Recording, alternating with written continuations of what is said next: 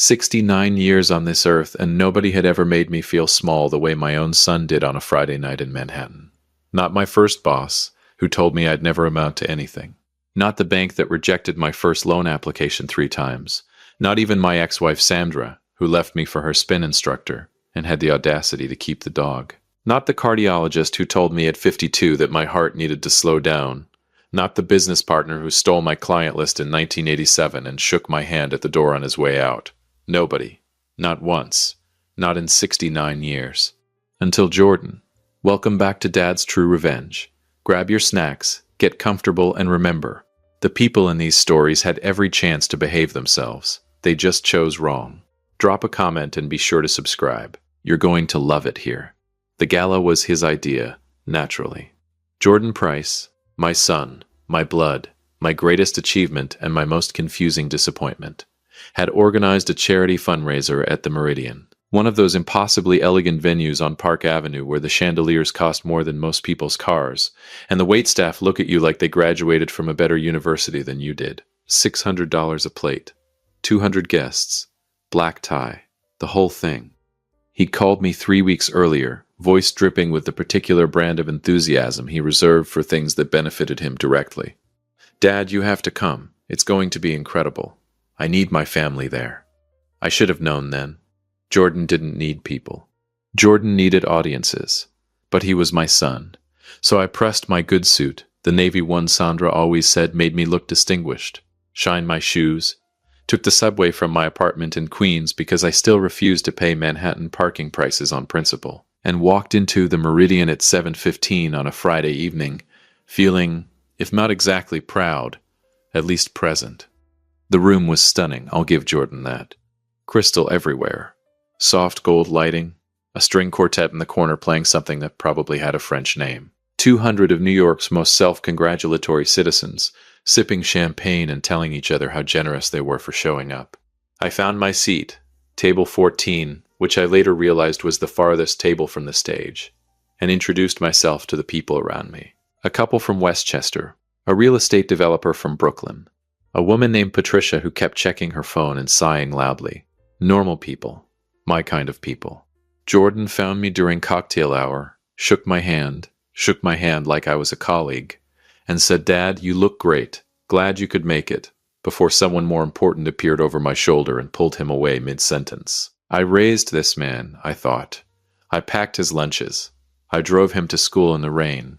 I co-signed his first apartment lease. I sat in hospital waiting rooms alone at 2 a.m. when he was 7 years old, and running a fever that scared me more than anything I've experienced before or since. And he shook my hand.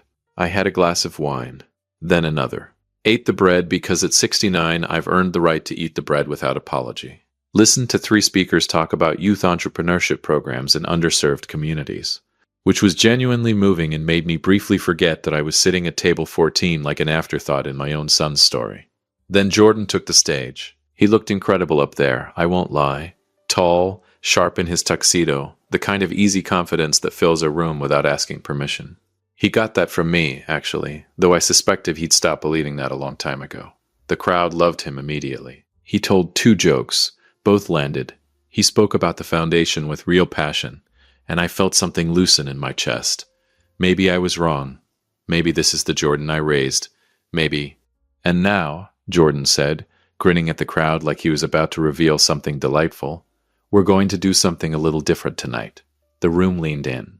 How many of you have a dad? Laughter. Hands raised. How many of you have a boring dad? More laughter. More hands. I smiled politely at no one in particular.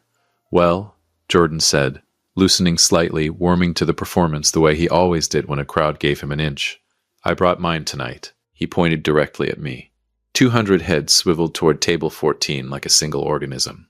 Stand up, Dad. Oh no, I stood. Because what else do you do when 200 people are looking at you, and your son is holding a microphone and grinning like he invented comedy? Ladies and gentlemen, I present to you Eugene Price, retired, Queens, New York. Loves the History Channel, goes to bed at 9:30, and once described a trip to Home Depot as, and I quote, a pretty exciting Saturday. The room erupted. Real laughter. Warm laughter, the kind that thinks it's harmless because it doesn't know any better. I stood there and smiled because 69 years had taught me that sometimes smiling is the only dignified option available to you. I smiled the way you smile when something costs you more than you're willing to show. So here's what we're going to do, Jordan continued, eyes bright with the performance of it all. We are going to auction off an evening with my boring dad. Dinner for two, on the foundation. Who wants my boring dad? We'll start the bidding at $1, because honestly, he paused for the joke, timing it perfectly. That felt generous. The room lost it completely. Someone at table 3 shouted, $1, and the crowd cheered. Jordan pointed at them like a game show host who had never been happier in his life. $1. Do I hear 2? Silence. More laughter. I was still standing, still smiling. Somewhere in my chest, something very old and very quiet was making a decision. Going once, Jordan said theatrically. And then it happened. From the back of the room, Table 1, the table I had noticed earlier, the table closest to the exit, where a silver-haired man in a dark suit had been sitting with the stillness of someone who had absolutely nothing to prove. A voice cut clean through the laughter like a blade through paper. $1 million. The room didn't just go quiet. It stopped. 200 people, mid-laugh, mid-breath, mid-sip, stopped. The string quartet, who had been warming up in the corner for the post-dinner set, stopped. I'm fairly certain the chandelier above table 7 stopped swinging. Jordan's grin didn't disappear immediately. It took about 3 seconds, which felt, in that silence, like considerably longer. His mouth stayed in the shape of a smile while the rest of his face tried to catch up with what his ears had just heard. I'm sorry, Jordan said into the microphone, his voice doing something I had never heard it do before, cracking slightly. Did someone say, $1 million? The man said again, same volume, same tone, unhurried, final. The voice of a man who was not accustomed to repeating himself, and was doing so only as a courtesy. He was already standing, silver-haired, dark suit, no tie, late 60s, maybe early 70s, the kind of man who takes up exactly the amount of space he occupies and not 1 inch more, which paradoxically makes every eye in the room find him immediately. I didn't know who he was yet. I want to be clear about that. I, Eugene Price, 69 years old, standing at table 14 in a navy suit with my dignity hanging by a thread, had absolutely no idea who this man was, or why he had just offered $1 million for dinner with me. But I looked at him, and he looked at me, and something passed between us that I couldn't name then, and still find difficult to describe now. A kind of recognition between two men who have spent their lives being underestimated, and have learned to be very, very patient about it. Jordan recovered. Barely. We have $1 million, he said into the microphone. His voice had lost the game show host quality entirely. Sold. To the gentleman at table 1. I sat down. Patricia from table 14 had stopped sighing and was staring at me with an expression I can only describe as profound reassessment. The real estate developer from Brooklyn was looking at me like he wished he'd introduced himself more thoroughly during cocktail hour. The couple from Westchester were leaning toward each other, whispering. I picked up my wine, took a slow sip. 69 years, I thought. Not once. But now I was curious. I was very, very curious. The evening continued in a different atmosphere entirely. The energy in the room had shifted. The comfortable, self-congratulatory warmth replaced by something more electric, more uncertain. People kept glancing between me and table 1. Jordan delivered the rest of his program with slightly less swagger than he'd started with, which I noted and said nothing about. After the formal program ended, as guests began moving toward the bar and each other, the silver-haired man made his way across the room toward table 14.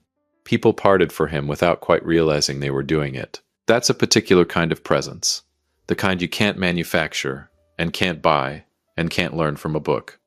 He stopped at my table, looked down at me. Eugene Price, he said, not a question. That's right, I said.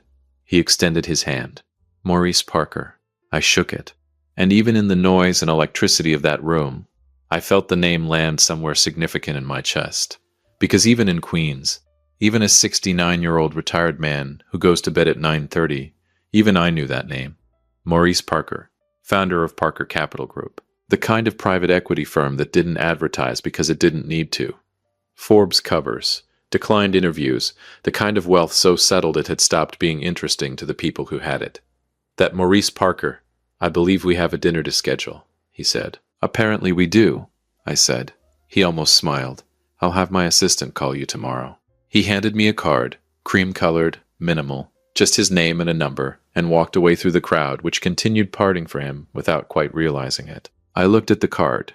Then I looked across the room at Jordan, who was watching me from beside the stage with an expression I had never seen on my son's face before. It was the expression of a man who has just realized he may have fundamentally misread a situation. Good, I thought. Sit with that. I took the subway home to Queens, sat in my kitchen, made myself a cup of coffee, turned the card over in my hands, and I thought, what exactly does Maurice Parker want with a boring old man from Queens? I didn't know yet, but I had a feeling I was about to find out. Maurice Parker's assistant called at 8:15 the next morning. Her name was Sharon. She had the composed, efficient energy of someone who had spent years being the first line of defense between the world and a very important man, and she was extraordinarily good at her job.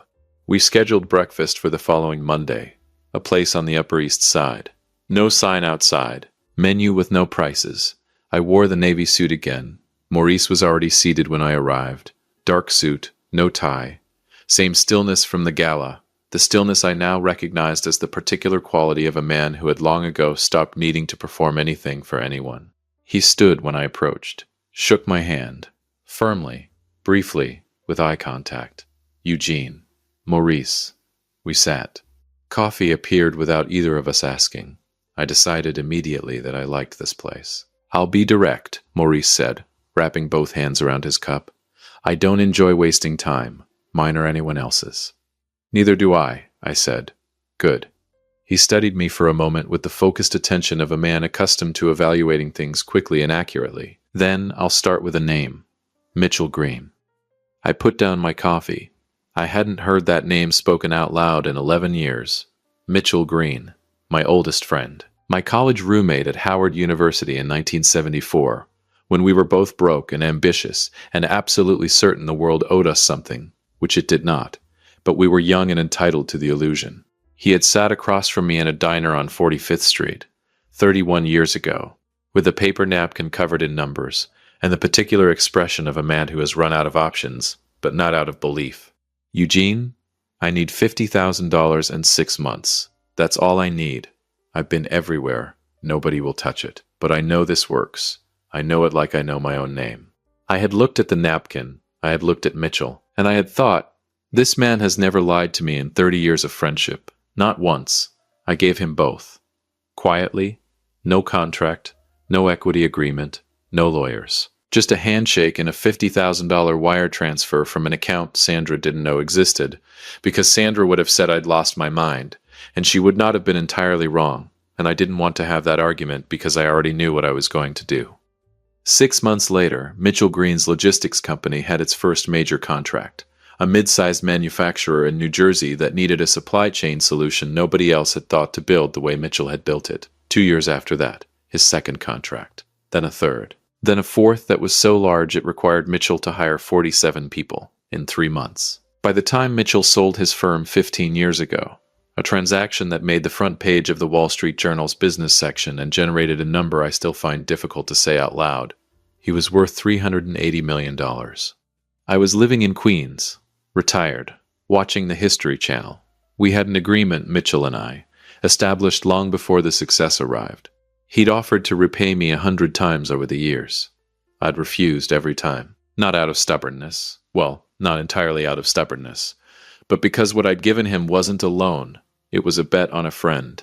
And I had never once needed the world to know I'd made that bet or that I'd won it. Mitchell told me about you 6 years ago, Maurice said. We were putting together the early investor structure for what became Parker Clean Infrastructure Fund. Mitchell was our second major investor. He made it a condition, not a request, a condition, that before we finalized anything, we locate a man named Eugene Price in Queens, New York, and make him an offer. I said nothing. He told me, Maurice continued, that there was a man who had funded his entire operation on nothing but instinct and friendship and $50,000. He told me this man had never asked for a single thing in return, not recognition, not repayment, not even a mention. Maurice paused. He told me you were the most quietly powerful man he'd ever met.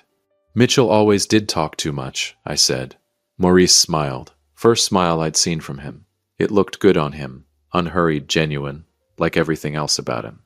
He also told me, Maurice said, that if I ever met you, I should pay attention, that you were the kind of man who said more by saying nothing than most people say in a lifetime. Mitchell is very generous, I said. Mitchell is very accurate, Maurice said. I watched you last Friday night. The entire room was laughing, and you sat in that chair like a man who knew something nobody else in the room knew. He held my gaze. I've spent 50 years doing business in rooms full of the most powerful people in this country. I know that look. It's the look of a man who has been underestimated so many times that he stopped being bothered by it and started being interested in it. I turned my coffee cup in my hands. What exactly are you offering, Maurice? I said. He slid a folder across the table. 15% equity stake in Parker Clean Infrastructure Fund. No capital required from you. Your contribution happened 31 years ago. Mitchell's investment, which seeded a significant portion of our initial raise, traces directly back to that $50,000 wire transfer you sent him in 1993. Without that, none of what followed happens. The fund acknowledges that. He nodded at the folder. The numbers are in there. I looked at the folder. Didn't open it yet. Why didn't Mitchell call me himself? I said. Because, Maurice said. He was afraid you'd say no out of stubbornness. Fair, I thought. He's not wrong, I said. He usually isn't, Maurice said. Open the folder, Eugene. I opened the folder. I didn't expect the specific figure printed on the first page. What I will tell you is that it had enough zeros to make a 69-year-old man from Queens sit very still for a very long time and reconsider every decision he'd ever made that had led to this exact moment in this exact room with no prices on the menu. I closed the folder. I need to think about it, I said. Of course, Maurice said. And I need to understand, I said carefully, why you stood up at that gala. You could have called. You had my name. You had the connection through Mitchell. You didn't need to bid $1 million in front of 200 people. Maurice was quiet for a long moment. He looked at his coffee. Because, he said finally, your son put you in that chair and handed a room full of people permission to laugh at you. And I watched you absorb it with more dignity than I have seen any man display in 50 years of business. He looked up, and I thought, Mitchell was right, and I wanted your son to see it, to see that the man he just called boring had someone in that room who knew exactly who he was. I nodded slowly. Consider it, Maurice said. An opening statement. We finished breakfast. I took the folder home to Queens. Read every page 3 times. Called my accountant, a careful and conservative man named Harold, who had never in 30 years of managing my modest finances said anything remotely excitable. Harold said, Eugene, please, say yes. I called Maurice the next morning. I'll do it, I said. One condition. Name it.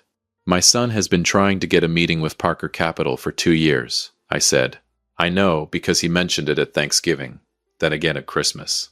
Both times I pretended not to hear. I don't want you to take that meeting, I said. Not yet. Maybe not ever. That's your business decision. But I want him to know why. And Maurice, a long pause. Eugene, Maurice said, and I could hear something in his voice that might have been admiration and might have been anticipation and was almost certainly both. Yes, I think that can be arranged. 6 weeks later, on a Wednesday morning in October, I put on the Navy suit for the 3rd time. It was becoming my lucky suit. Sandra would have hated that. Jordan had called me the previous Sunday. Casual voice, Sunday voice, the voice he used when he was trying to extract something without appearing to extract it. Dad, hey, random question. You know Maurice Parker, Parker Capital Group? I said, which is not a lie. It is simply a sound. I've been trying to get a sit-down with his team for 2 years. Nobody gets through. Literally nobody. But I heard through a contact that he's been active lately, taking meetings, and I just thought... Jordan paused. You don't know anyone who might know him, do you? Like from your old network or whatever. Can't think of anyone, I said pleasantly. Right. Yeah. Long shot. A beat. Hey, you should come to dinner soon. I feel like I haven't properly seen you since. He stopped himself. He knew since when. Just soon, okay? Not anger. Anger had long dissolved. Somewhere between the Upper East Side and Harold saying words he'd never said before. Not satisfaction. Not yet. What I felt was patience. The specific, deliberate, finely aged patience of a man who has been quiet for 6 decades. and has finally, carefully, decided to speak. Maurice had designed the meeting with the precision of a man who understood that the architecture of a moment matters as much as the moment itself. Jordan had been corresponding with a junior associate at Parker Capital for 3 weeks. A carefully managed exchange that gave Jordan just enough hope to show up prepared, just enough uncertainty to make him nervous, and just enough prestige to make him bring 2 of his board members. He apparently spent the morning of the meeting telling his assistant, Renee, that this was the most important meeting of his career. Renee, who I had met once at Christmas, and who had given me her card and said with complete sincerity, "Mr. Price, your son mentions you more than he realizes," had texted me that morning. "He's nervous," she wrote. "He picked his outfit last night." I arrived at Parker Capital's offices on 6th Avenue at 9:15, 43rd floor, the kind of view that makes you feel the city was arranged specifically for your benefit. Sharon, Maurice's assistant, met me at the elevator. "Mr. Price." She was composed, efficient, excellent. "Mr. Parker will bring you in at the right moment. There's coffee in the side room." "Thank you, Sharon." She paused at the door of the side room.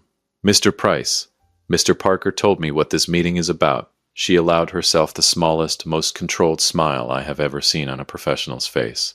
"I've worked for him for 11 years. I have never seen him enjoy preparing for something this much." She left. I sat in the side room with my coffee and listened. Jordan arrived at 9:30. I heard him in the corridor, bright, performance ready, the particular voice he deployed when he needed something from someone important, warmer than his regular voice, slightly faster. The voice of a man who has rehearsed. "This space is extraordinary, really. We've admired everything Parker Capital has built. The infrastructure fund especially, the vision behind that, is just remarkable. I raised this man, I thought. I built this moment. Maybe those 2 things are not unrelated." The meeting began. Maurice's voice through the wall, measured, unhurried, genuinely curious about Jordan's foundation, its structure, its goals, its funding model. Jordan answered well. "I want to be honest about that. My son is genuinely talented." He spoke with intelligence and clarity and real passion about the work his foundation was doing in underserved communities. And I felt the familiar, complicated pride that has followed me through 35 years of fatherhood. The pride that sits right next to the grief of being misunderstood by the person you're proudest of. 22 minutes into the meeting, Maurice said, "Before we go further, there's someone I'd like to bring in. He's been involved in our fund from the beginning, and I think his perspective would be valuable here." A pause. "Of course," Jordan said. I heard the pause in his voice, the slight recalibration. "Who else is coming?" Sharon opened the side room door, nodded at me. I stood, straightened my jacket, picked up my briefcase, the old leather one Sandra always hated, the one I've carried for 22 years because it's been everywhere with me and I see no reason to change. I walked into the conference room. What happened to Jordan Price's face in the 4 seconds that followed is something I will carry with me for the rest of my life, and I intend to live considerably longer just to keep carrying it. First, recognition. That's my father. Then, confusion. Why is my father here? Then, the beginning of recalibration, the mental arithmetic starting, the adding up of things that hadn't seemed connected before. Maurice Parker knows my father. And then, the 4th expression, the one underneath all the others, the one that a performer tries to suppress and cannot quite manage, the dawning, stomach-dropping, foundation-shifting understanding that something has been happening that he did not know about, that the ground he was standing on was not the ground he thought it was. "Dad," Jordan said. His voice came out at about half the volume he intended. "Jordan," I said, the way I'd said it every Sunday for 35 years, pleasantly. Without drama, I sat down across from my son. Maurice sat at the head of the table, and then the door opened one more time, and Mitchell Green walked in, my oldest friend, my college roommate. The man I hadn't seen in 11 years, who had flown in from Chicago the previous evening, and who had hugged me in the corridor for a long, wordless moment that said everything that needed to be said between 2 old friends who had watched each other become who they were going to be. Mitchell sat to Maurice's right and looked at Jordan with the calm, assessing gaze of a man worth $380 million, who remembered being worth nothing. Jordan looked at Mitchell. I watched him recognize the name. I watched him understand that the man who had built one of the most successful logistics companies in American history in the last 30 years was sitting across from him. I watched him begin, slowly, painfully, like a man reading a map upside down and then turning it right side up, to understand the shape of what he was looking at. Jordan, Maurice said, folding his hands on the table with the quiet authority of a man who had run 10,000 meetings and knew exactly how this one was going to go. I want to be transparent with you, because I believe transparency is important, and because I think you deserve to understand the full picture of what this meeting is. Jordan nodded. The performance had left his face entirely. What remained was just my son, 35 years old, suddenly looking younger. Your father and I are partners, Maurice said. 15% equity stake in Parker Clean Infrastructure Fund. That partnership was finalized 6 weeks ago. He let that sit. It was established because of a decision your father made 31 years ago, a decision that I won't detail unless he chooses to. That is foundational to everything this fund is built on. That is not a word I use loosely or generously. It is the accurate word. Silence. Jordan turned to me. Dad, let him finish, I said gently, but firmly enough. I also want you to know, Maurice continued, that your foundation's work is genuine and your proposal is strong. Your team has done serious work, and under different circumstances, this would be a different conversation. A pause. The specific pause of a man who has chosen his next words with great care. But I've been aware of your outreach to Parker Capital for 2 years, and I made a decision not to take that meeting. I want you to understand why, because I think you've earned that explanation. Jordan was completely still. His 2 board members, whom I had met approximately 90 seconds ago, were sitting with the particular frozen quality of people who have realized they are witnessing something private and have no exit. The night I met your father, Maurice said, I watched a 69-year-old man be placed in a chair on a stage in a room full of people he'd never met by his own son and made into a punchline. And I watched him absorb every second of it, with more dignity and more grace than I have witnessed any person display in 50 years of business. Maurice's voice didn't rise. It never needed to.